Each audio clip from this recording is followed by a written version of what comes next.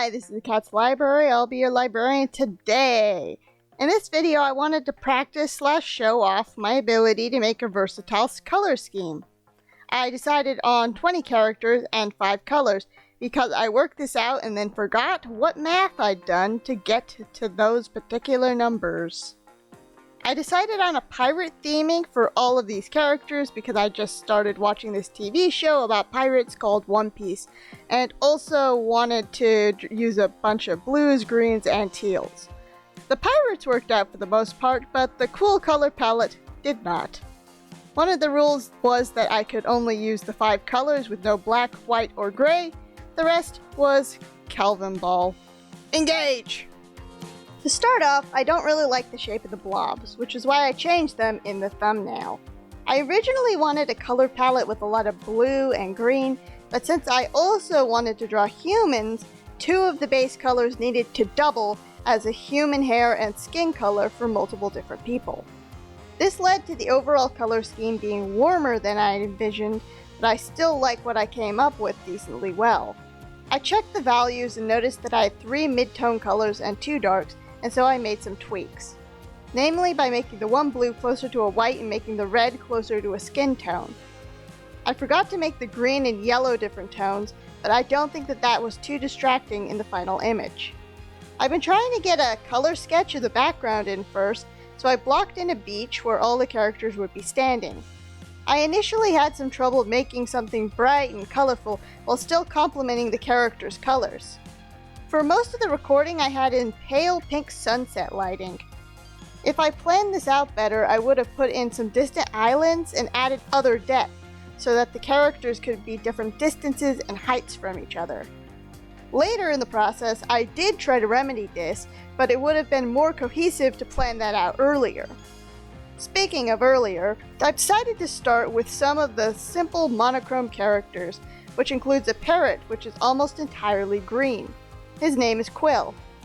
This was one of the few characters that I used a reference for because I wanted him to have somewhat accurate parrot coloring. I also decided against blending out the shading and using special layer methods. It sort of changes the main 5 colors too much.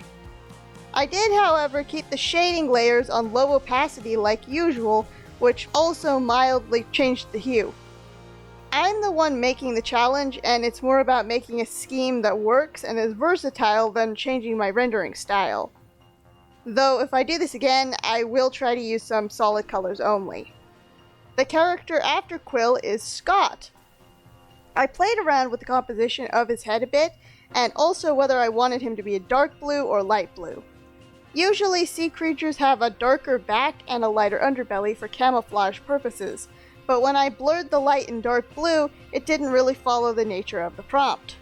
This was back when I was using low opacity brushes to add some subtle color differentiations, which I changed because this drawing deviated way too much from my prompt. Especially that green around the eye, which doesn't look like any of the pre-existing scheme. Since Scott had too many colors for a monochrome design, I made the next character a literal silhouette. He is a ghost, which does fit into the pirate theming, but he could be a ghost from a bunch of different genres. He looks more like a character from a haunted house in a kid's cartoon than a pirate in a kid's cartoon. This guy is still one of my favorites, though. During the script editing process, I'm trying to give all these characters names, but I don't think that this guy would have one. He strikes me as mysterious like that. The dark blue skews more toward purple and the yellow is more of an orange, which passes as a complementary color scheme. It is comparatively monochrome though. His hands are a bit off anatomically, since I can't tell if they're facing up or down. I had a very distinct idea for the next 2 characters, but was apparently having difficulty drawing humans that day. This first character had a bunch of different sketch layers. I need to do some studies of drawing heads in a bunch of different angles because that was one of the areas I struggled with. The background didn't contrast with her skin tone, and so I turned it off. The first girl is Molly and the second one is Sadie. Sadie was much easier to draw. The captain of this crew unofficially adopted a bunch of the younger members, and so these 2 are adopted sisters. Their expressions could have been better at conveying this. I didn't really give any of these characters distinct expressions, though. I am very proud of that umbrella. Sadie's colors changed a few times over the course of this recording. After I thought I was done with her, I went back to Molly since I wasn't happy with her face. Eyes with more realistic proportions are easy, but I haven't decided on a good cartoon eye style which works in every angle. Both characters prominently display the colors red, yellow, and green, which just so happens to be the 3 color receptors in the human eye. They are also very close to the primary colors. Next came another simple monochrome character to fill another interactive role in the composition. I find it easier to draw these crowd-type characters big and then shrink them down to fit the picture. This monkey looks like a simian. He is anxious of all of the chaotic and dangerous things that the crew does on a daily basis, but no one listens to him on account of him being a monkey. He is the luckiest member of the crew since he is always one hair away from getting hurt, but everything always turns out fine, but those near misses still freak him out. Out of the monochrome design, Simeon was the closest to being actually monochrome.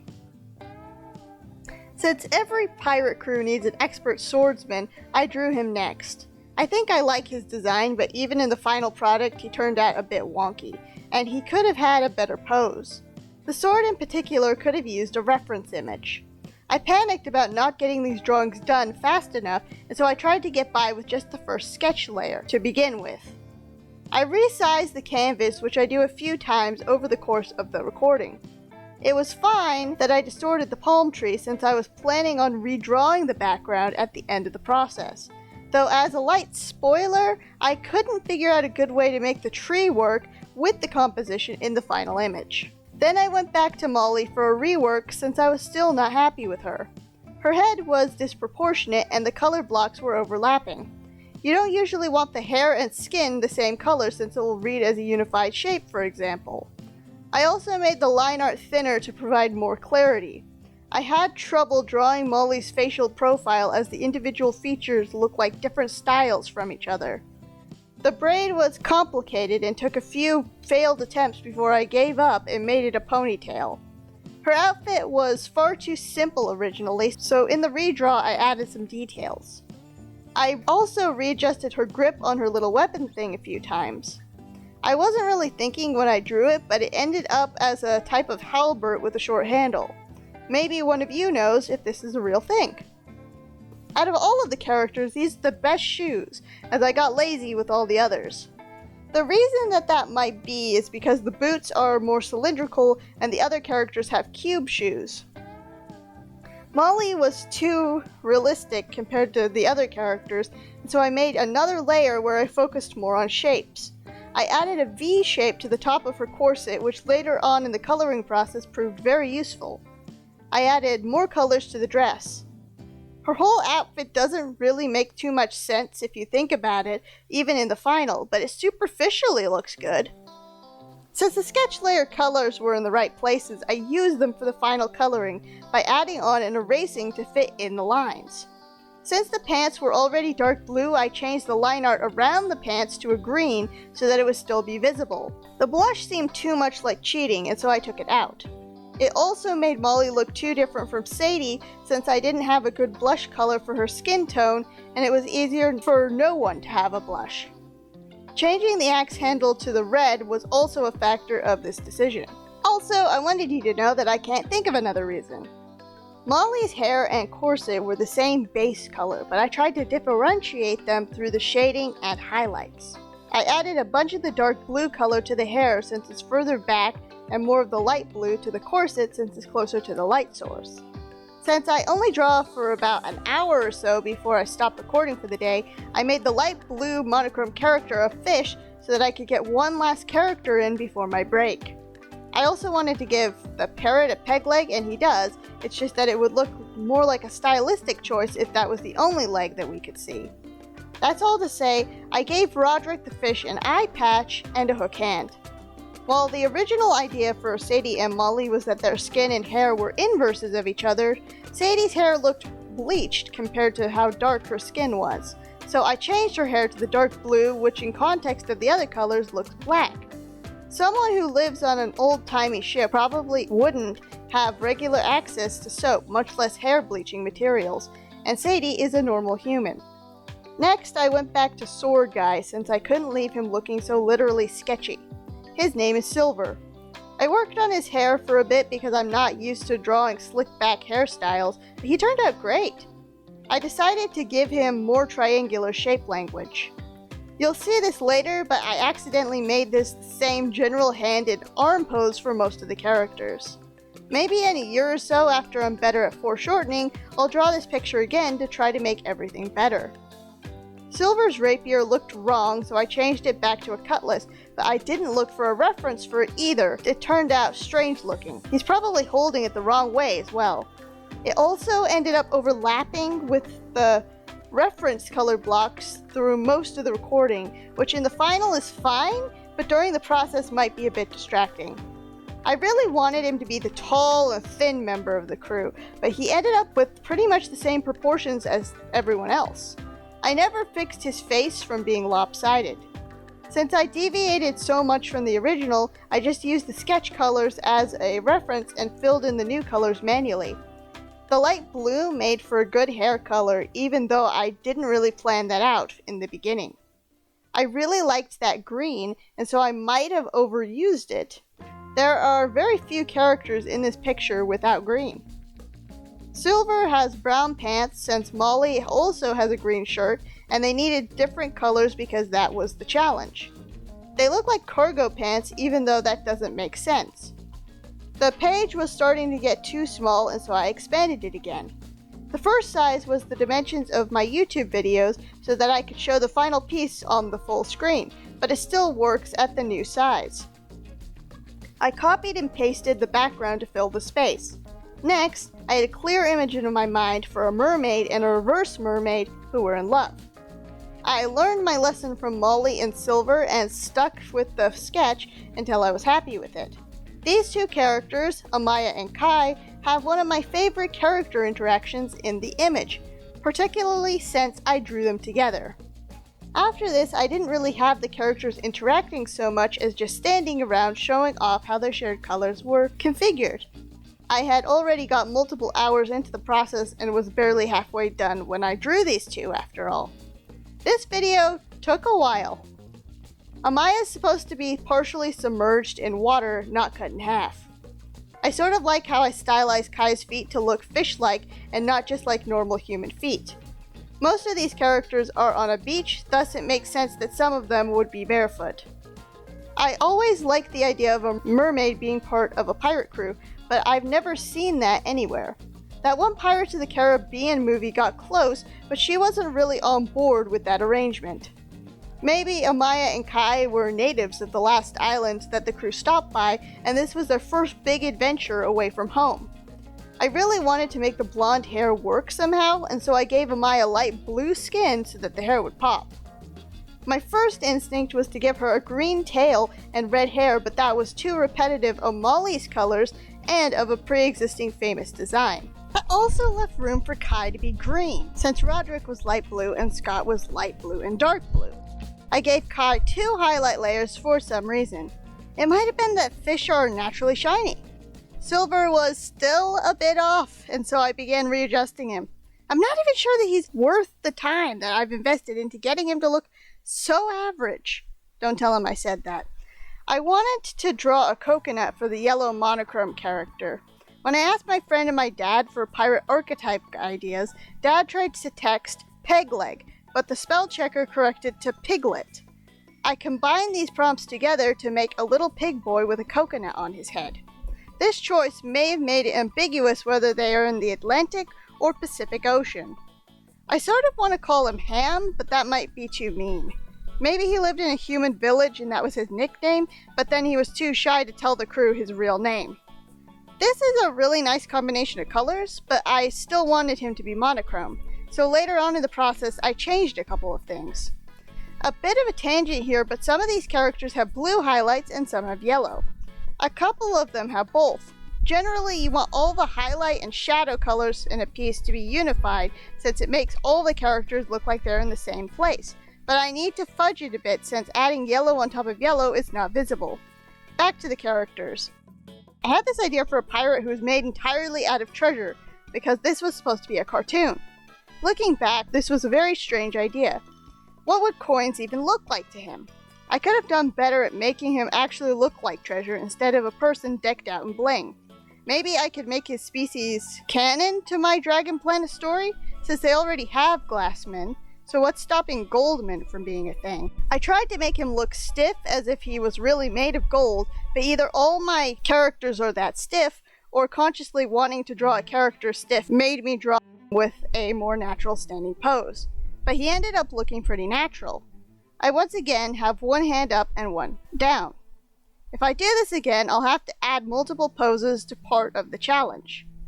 I tried to make his eyes look like diamonds. Since I shaded Goldie and then flipped the image, he is lit backwards from everyone else.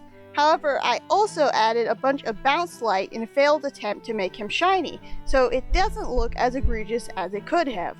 I resized and configured and moved around a bunch of the characters to try to make room for more of them. I was only at 12 out of 20 characters at this point in the process. This wasn't planned out, but character number 13 was the classic Blackbeard character type. His name is Captain Pepperbeard. He ended up looking mildly intimidating, but sort of cute, like I wanted. For his outfit, I tried to draw a naval commander type uniform, but with the hat and skull on it so that he'd look like a pirate. He had a peg leg so that at least one of those was visible. I still didn't want to draw any more eyes, and so I didn't, and it really adds to his character as someone who is hard to read.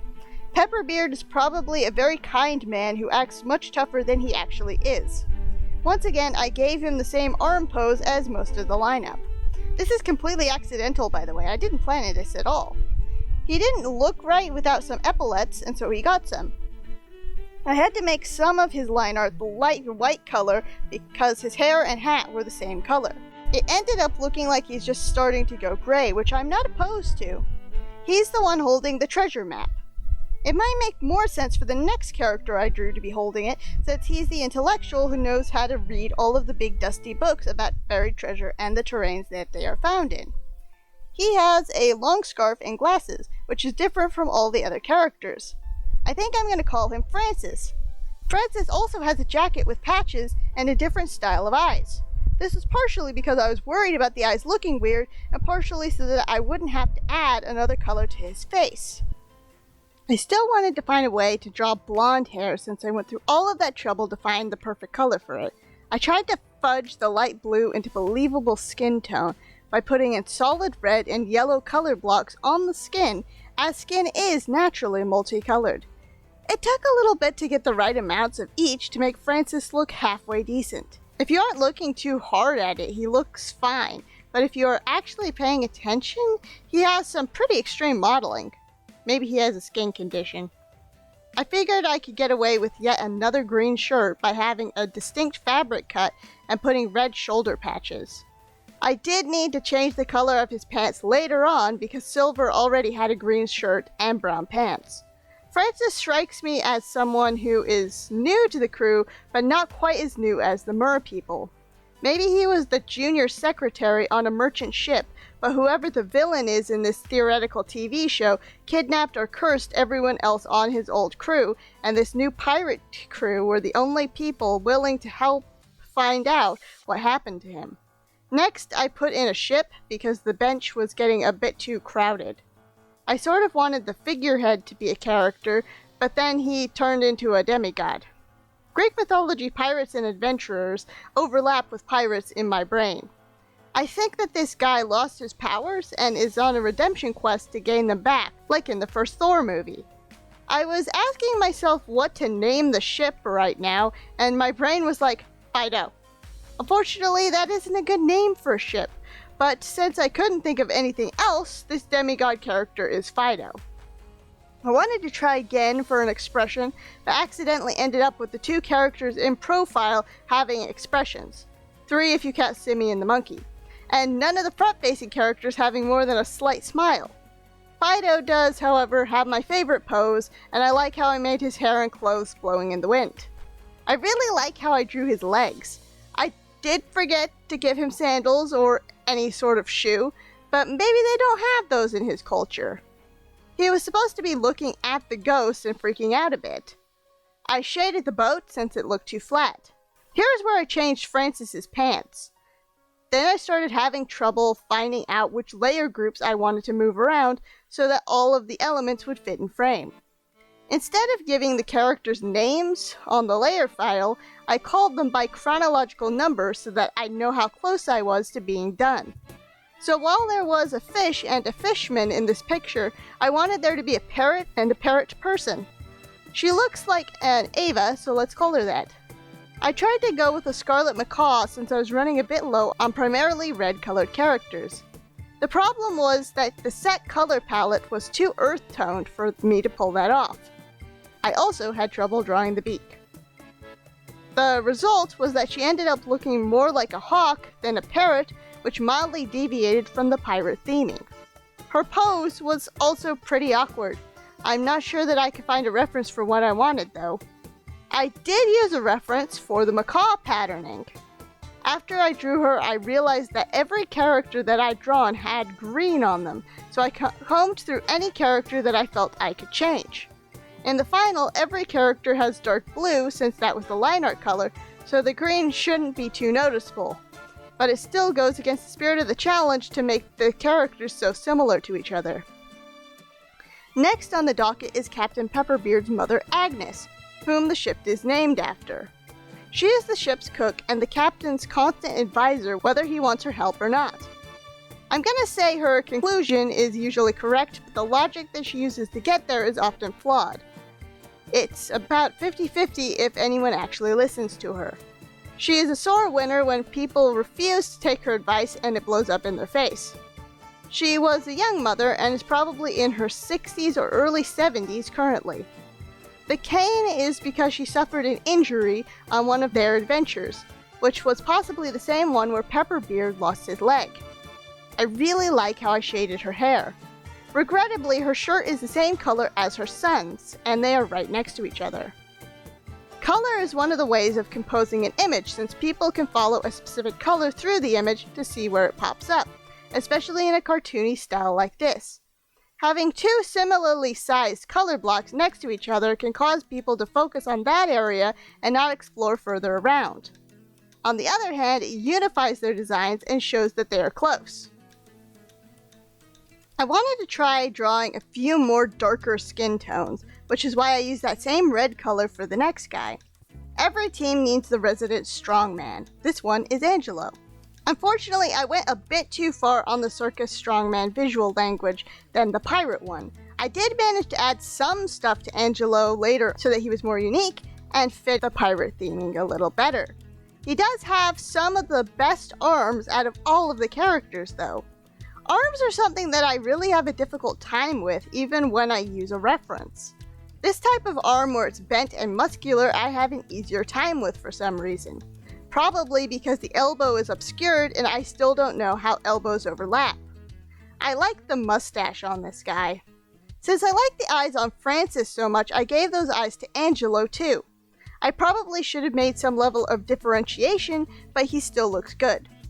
Since I was going for the circus strongman theme, I gave him a more modest version of that underwear that strongmen usually wear. I have been working on drawing human musculature and wanted to try it out in my cartoon style. I had no idea where in the image to put Angelo, so I tried a few different places. Because I was slightly underusing the light blue as the main color, I made it his pants color before deciding against it and making it dark blue. I did not use any green on him because I was still trying to limit that for a bit. I readjusted the lineup and accidentally made Goldman the same height as Silver, even though he was supposed to be a bit on the short side, and I didn't notice until I watched the footage back. Next, I drew a skeleton, which is with the ghost as being technically in the pirate genre, but could also drift into Halloween territory. I gave him more of a fleshy arm to try to make him a bit more unique, and because my original idea was a zombie like from the first Pirates of the Caribbean movie. I'm not sure whether to give an answer on how there is a ghost and a skeleton in the same picture, or whether to just let it be. I'm gonna just let it be. His name is Murdoch. That thing around his neck is supposed to be a bandana or an ascot, which might be from the last remaining fabric from the shirt he died in or was cursed to skeletal form in. I think that I might have gotten the foreshortening right the first time and just auto-corrected, which made him look more flat. I really like how I colored the eye holes to be the second darkest color, since it does give him more depth. Murdoch does have a bit of green on the one arm, but since it's more of a highlight color, I don't think it's too distracting. I did know that I wanted him to be standing on the guardrail thing, since the shoes turned out to be so good, and I was afraid putting him solidly on the deck would look like his legs were cut off. Actually, it looks like there isn't enough dimension to the good ship Agnes, and that it just has a deck with nothing but the crew and seat. I'm not sure a reference would work in this case, since this is more of an art style problem. I sort of wanted to draw a bard character next because in the One Piece episodes that I've seen, it's a running joke that the main guy Luffy wants a musician on his crew, and everyone else wants someone more useful. It doesn't really matter since the new crew members join organically, and it is an incredible coincidence that they all have different skills and personalities from each other. I wanted this guy to have a dynamic pose from the get-go, and the only spot left was on the ship. I looked for a reference of someone playing the lute, but not leg positions, so if this posture is incorrect, I apologize. My stylist was giving me a bunch of trouble during this character in particular, which is why I went ahead with the planning the second draft videos, because I thought they would be quick, but in actuality they took up the majority of my week, because the video editing was more complicated than I expected. Also, this script took a while to get done, and when I was bored of it, I drew the realistic frog, which will be in the next video. Since the recording was 11.5 hours, I wanted to leave the video a bit on the longer side to reduce flash and to show my hard work, but then the script ended up longer than I expected. Back to the video itself. This lute player character took several sketch layers to get right. I want to call him Zanzibar because I like the sound of it, but I'm not sure how questionable that is, so Zane it is. The lute itself was especially difficult to get right, because I don't always draw instruments. His outfit was loosely inspired by the lute playing reference that I used, which is why he has one of those neck ruffles. Even though I didn't use a reference for the legs, the angle looks passable as correct. Like a bunch of the others, I drew Zane big and shrunk him down, but I liked the idea of one of these characters being a giant at the last minute because it made a nice line from Fido's head to Murdoch's hand. I guess it was also a subconscious reference to the Princess Bride. He is one of the least pirate-looking human characters from this lineup overall. Not necessarily the most least piratey looking, but he is up there. I did not have any idea for his colors, and so I winged it. The one original idea that I had was to use the dark blue as a skin tone. I'm not sure if anyone else would notice this, but his colors are very similar to Francis. Zane even has similar eyes and near identical hair. The main difference is that Francis has a dark blue scarf with light blue line art, while Zane has a light blue ruff with dark blue line art. Zane also has more red in form of an undershirt, and his shoes have dark blue accents. He has a beard, which also adds mild dynamism to the design via more yellow accents, which is one of the main colors in his design if you count the lute. I suppose as the last character that I drew, he was the most at risk for a repeat design, and the next time I do something like this, I will need to draw a diagram. After I was done with Zane, I went back to Angelo to add a few more pirate traits, such as a bandana and some assorted jewelry. For most of these characters, the clothes patterns were mostly non-existent or stripes, so I gave Angelo's bandana some polka dots. These additions to his design also helped him stand out against the ship background, which I decided to use the same colors for some reason. I set the piece to grayscale and adjusted the ship's values so that it wouldn't blend in with the characters. Next, I redrew the background also on grayscale for a similar reason. There was a bit of a happy accident here because I drew the mermaid to be partially submerged in water, and so I changed the water line from being a horizontal line to something more wavy, so that most of the characters could be on dry land, but Amaya and the boat could be in the water. I've been experimenting with how I render water and the sea recently, and this turned out decently enough. I could stand to get some more practice with my effects though. I was in a gradient sort of mood after all of those flat non-blended colors, and so I put multiple gradients on top of each other. Sand is also something I'm having difficulty with.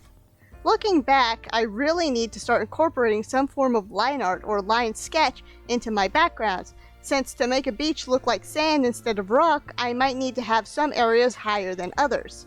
I did not decide whether the tide was going in or out, but since I didn't make the beach wet, it's probably coming in. Up until the very end of the process, I wanted this to be a sunset piece to contrast with the main colors. However, when I messed around with the hue slider, this blue and yellow ended up looking more natural, so I went with it. Now this looks like a dawn scene. This is sort of the opposite of my dolphin video, where I started out with the image being in the daylight and then transitioned to sunset lighting later on. If I did my job right, that should be everything else I wanted to talk about today. Like, subscribe, share with your friends, watch more of my videos, and stay tuned for the realistic frog video that will be out in a few days. Bye!